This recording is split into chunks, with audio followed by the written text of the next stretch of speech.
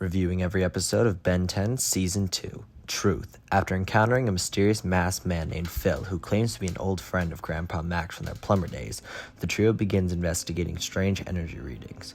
Phil warns them about alien technology being smuggled, but it turns out Phil has gone rogue. He wants the Omnitrix tech for himself. A solid way to dive back into the plumber backstory. It adds intrigue about Max's past and shows how tech in the wrong hands is just as dangerous as alien villains. Also, the intro of them fighting Vilgax is very solid. I also love that Phil comes back way later in the story. It shows that even though this is kind of a whatever episode in my books, this is essential viewing, so 6 out of 10. The Big Tick. The Omnitrix unlocks a new alien, Cannonbolt, also known as the single best alien outside of the main 10 in any show, with the only competition being Raph. He is a tough, rolling armored alien that Ben can barely control, mainly because he doesn't know what it does. Earth is under threat from a colossal cosmic flea called the Great One, which consumes entire planets. Basically rip off Galactus, but it's a tick. It's even purple. Ben tries using literally all his aliens, but fails to make a dent, until he learns to control Cannonbolt and knocks the creature back into orbit. This is a favorite episode of mine. It introduces the GOAT Cannonbolt with a very simple plot. 9 out of 10. Framed. Security footage shows Ben alien forms robbing banks and wrecking property. It's revealed that Kevin 11 has returned, mutated even further, and can now transform into twisted versions of Ben and his aliens. Ben must clear his name while stopping Kevin, who's consumed by rage and isolation. Alright, this is the best episode of the series so far. Kevin is just a perfect villain. They're both kids who would be perfect partners if they weren't on opposite sides. Also, this arc starts a very important motif that pops up a lot during Ben 10 lore in the franchise. And that's his reputation and growth. Whether Ben's reputation is in question, he always takes it super seriously. Ben locks in for this episode. He's not messing around at all. And when Ben locks in, you can tell that he's basically unstoppable, which comes back in the season finale. Also when his family is in danger. This is a perfect episode. Ben gets serious, and the fight he has with Kevin on the bridge is so cool.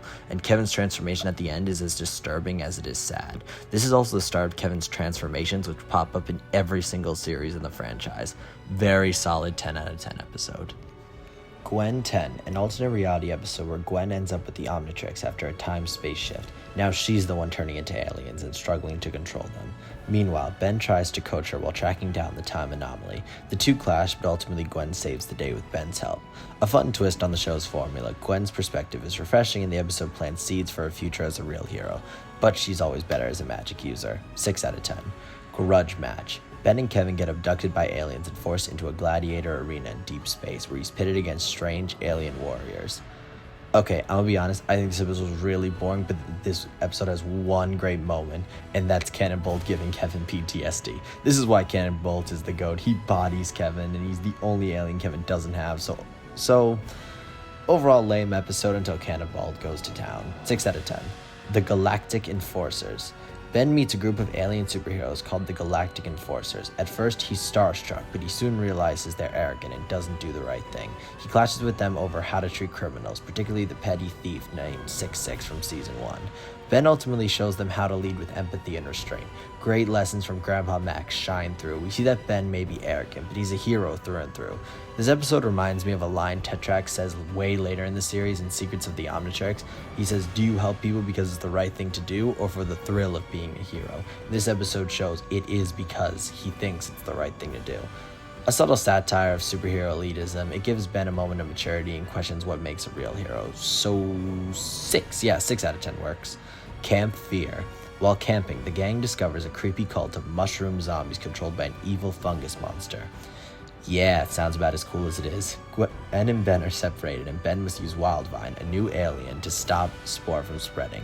It's part horror and part biohazard thriller. It's creepy, weird, and atmospheric. Honestly, it's just a solid introduction to an alien that becomes obsolete once Swampfire comes along. But again, solid episode for a great alien and Wildvine. The visuals are great in the best way. A great change of tone. 7.5 out of 10. The Ultimate Weapon. The Forever Knights return, searching for a legendary sword of alien origin. This is the Grandpa Max episode where he just locks in the entire time. Ben even yells at him when he gets too obsessed and just ignores Gwen being injured. It's more world building. The Forever Knights are becoming a legit threat, though they never actually become a legit threat, and the lesson about restraint hits well. And it's funny that the Ultimate Weapon is nothing and Grandpa Max just laughs his ass off at Enoch. So 7. Tough luck. Hex is back, and this time his niece Charmcaster steals his spellbook and starts causing magical chaos. I was shocked to realize and remember that this is Charmcaster's introduction episode. What a good episode to introduce her. Gwen finds a magical charm that allows her to get her powers back, and through some deception and solid writing, this is a great intro for one of the most important characters in the franchise. I'm realizing now that this might be the most important season lore-wise, at least in terms of introductions. So many characters and themes begin in this season. Solid 8 out of 10. They lurk below. The team visits a fishing village plagued by sea creatures. Mass suspects something fishy, pun very much intended, and investigates the Hydramanders, genetically altered amphibians. Ben transforms into Ripjaws and finds out they're sentient and just want peace, but a villain manipulates them into chaos. Another not very evil monster episode. Ripjaws gets some redemption. The water setting is cool, but again, we need to literally put the episode in water for him to be useful, so it's a boring 5 out of 10. Ghost freaked out. Here we go, another one of my favorite episodes of Ben 10. The Omnitrix malfunctions and Ghostfreak escapes it as a separate entity. Turns out Ghostfreak was already sentient and had been hiding in the Omnitrix. Now free, he wants to possess Ben and take control of his body, and in turn, the Omnitrix. Ben is forced to destroy the original Ghostfreak DNA, effectively removing the alien from the lineup and replacing Cannonbolt in the intro. One of the darkest and creepiest Ben 10 episodes. At the college, Gwen even gets possessed and Ben has to outsmart him. Ghostfreak becomes a serious villain and the horror vibes are strong. Ghostfreak is a favorite alien of mine and it really sucks that this design basically disappears, as is one of my favorites in the show. I really don't think there's anything wrong with this episode. I have no problem giving this a 10. Dr. Animo and the Mutant Ray. Dr. Animo returns and mutates the local wildlife using a DNA ray. Ben breaks the Omnitrix because he is a 10-year-old, and his aliens begin to mix powers, like Stingfly and Forearms, Diamond Head and Grey Matter, and my personal favorite, Heat Blast and Ripjaws. Animo turns Max into the most horrifying thing I've ever seen, but Ben is able to defeat him. Great body horror vibes, so I'm gonna say like 7. Yeah, that sounds right. Let's get to the finale. Back with vengeance. Both Vilgax and Kevin return, now teamed up. Kevin is still mutated and Vilgax has upgraded tech. Ben is tinkering with the Omnitrix because I guess he didn't learn his lesson the first time, but this time he gets master control, and just in time too. Together they attack the Tennysons and attempt to forcibly remove the Omnitrix from Ben. After a great fight in the Null Void where we see how good Ben is with master control, he's actually a bit unstoppable. It's actually kind of crazy. Ben is pushed to his limit in a desperate multi-alien fight. Gwen outsmarts the two, and even with the Omnitrix removed, Ben and Gwen still walk away with the win, and Vilgax and Kevin trapped in the Null Void. This is a perfect finale. It's action-packed, emotional, the stakes are so high.